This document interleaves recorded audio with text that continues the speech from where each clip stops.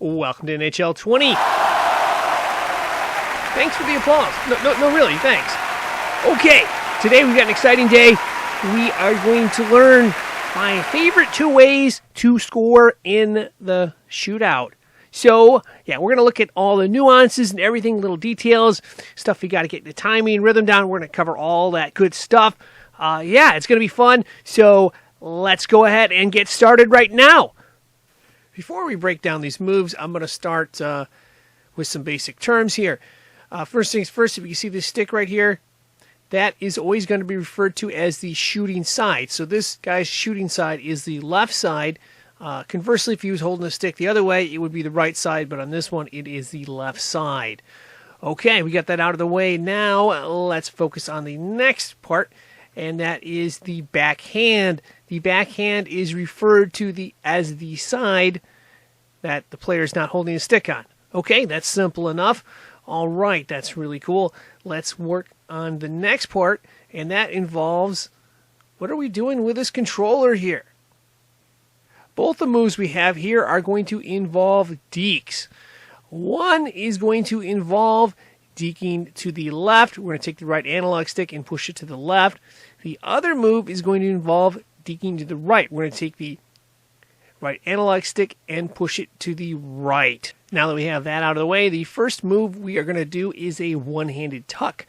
What you're going to do is you are going to deke to the backhand side. With this guy right here, that's going to be this side over there. So what you're going to do, of course, is you are going to push the right analog stick to the right, and you're going to hold it right there.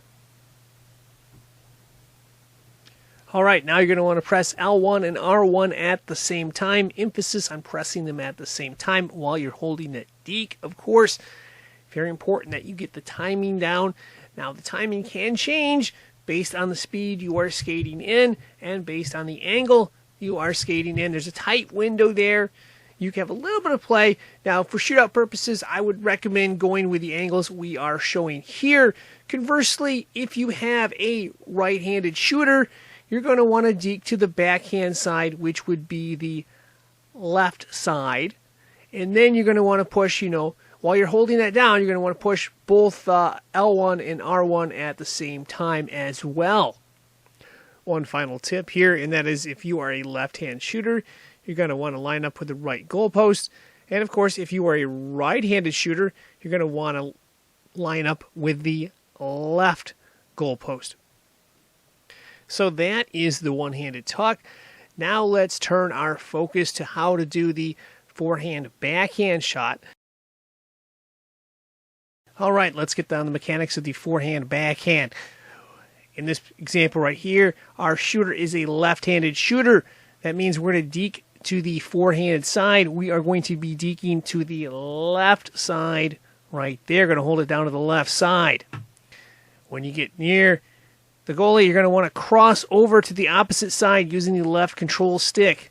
So we're going to cross over using the left control stick right there. You got to create a little bit of separation. You're going to wait till the goalie freezes, and then you're going to pull away a little bit, and then you're going to flick it in the net. Right there, emphasis on you got to wait for the goalie to freeze, get down in blocking position, and then you let it fly. Now, conversely, if you have a right-handed shooter, you're going to want to deke to the right side. And as you're holding that deke in place, you're going to make a move to the left, wait for the goalie to freeze, get in a blocking position, skate away a little bit, just a little bit, and then flick the shot in from the backhand side there. So let's summarize this one final time. You're going to deke to the shooting side, and as you do that, you're going to cross over with the left analog stick, get the goalie to freeze, and then fire in a backhanded shot. And that wraps up the two best shootout tips we have for today. A big part of this, of course, is getting the rhythm and timing down. Again, speed will be a determining factor in how the move plays out and when you can move the controls and stuff. So that's something to keep in mind. And, of course, that is going to ramp this up. If you are looking for more tips on NHL 20, there is a playlist on this channel. I will put a link in the description.